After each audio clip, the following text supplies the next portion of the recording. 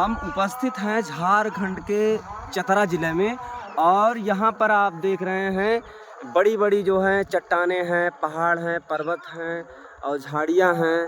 मोरग दिख रही होंगी आपको नीचे। और ये कोई साधारण जगह नहीं है, कोई साधारण जगह नहीं है।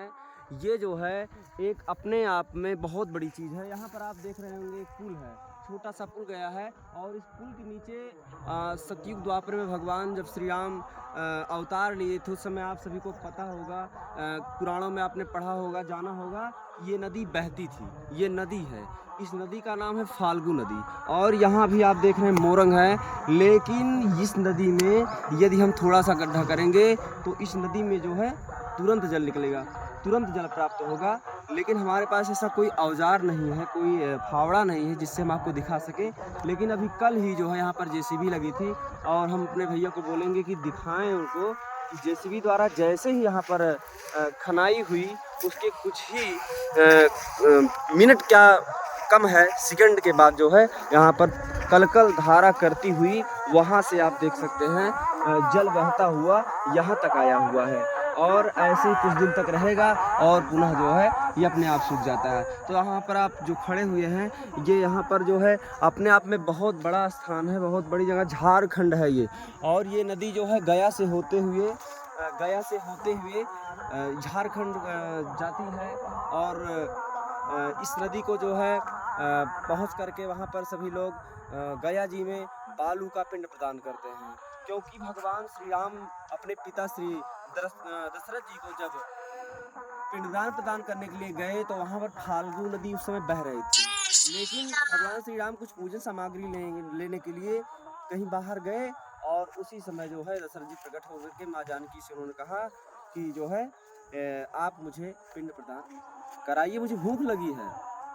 और उस समय जो है माँ जानकी जी ने इसी नदी से बालू लेकर के महाराजा दशरथ जी को पिंड प्रदान बालू का किया। जब श्री राम जी वापस आए तो वहाँ पर जो है पूछा, जानकी जी से कहा कि जानकी जी अब चलिए हम पिताजी को जो है पिंड प्रदान करते हैं।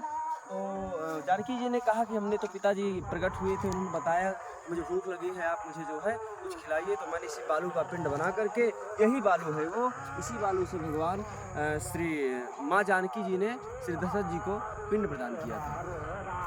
तो भगवान श्री राम जी ने कहा कि जो है आप मुझे बताइए आपने कैसे किया, सामान था नहीं, आपने कैसे किया, क्या किया। तो भगवान श्री राम जी पूछे, माँ जानकी जी ने बताया कि मैं बालू से किया। और वहाँ पर ब्राह्मण से, गऊ से, दुर्वा से और एक वहाँ वट वृक्ष गया में है, उनसे पूछा गया। तो वहाँ पर 3 लोग तो झूठ बोल दिए लेकिन वट वृक्ष जो है सत्य बताया। कुछ लोग कहते हैं दुर्वा ने भी सही बताया कि हाँ माँ जानकी जी ने बालू का पिंड प्रदान किया। तो इन्होंने झूठ बोल दिया था कि नहीं पिंड प्रदान नहीं किया, इसलिए वहीं पर माँ जानकी जी ने श्राप दे दिया कि अब तुम जाओ, कलयुग में विलुप्त हो जाओगी। इसलिए यहाँ पर आप देख रहे हैं कि यह नदी एकदम विलुप्त है अपने आप में।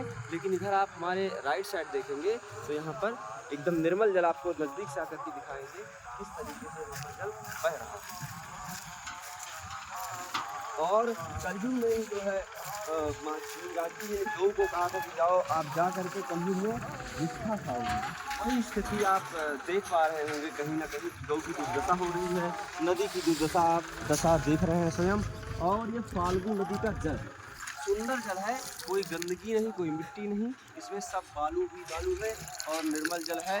तो आप कभी भी गया बिहार झारखंड साइड आइए तो फाल्गु नदी का दर्शन स्वयं करिए।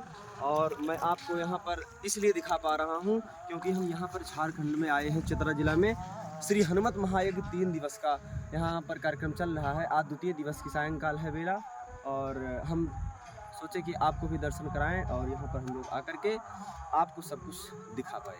जय श्री राम।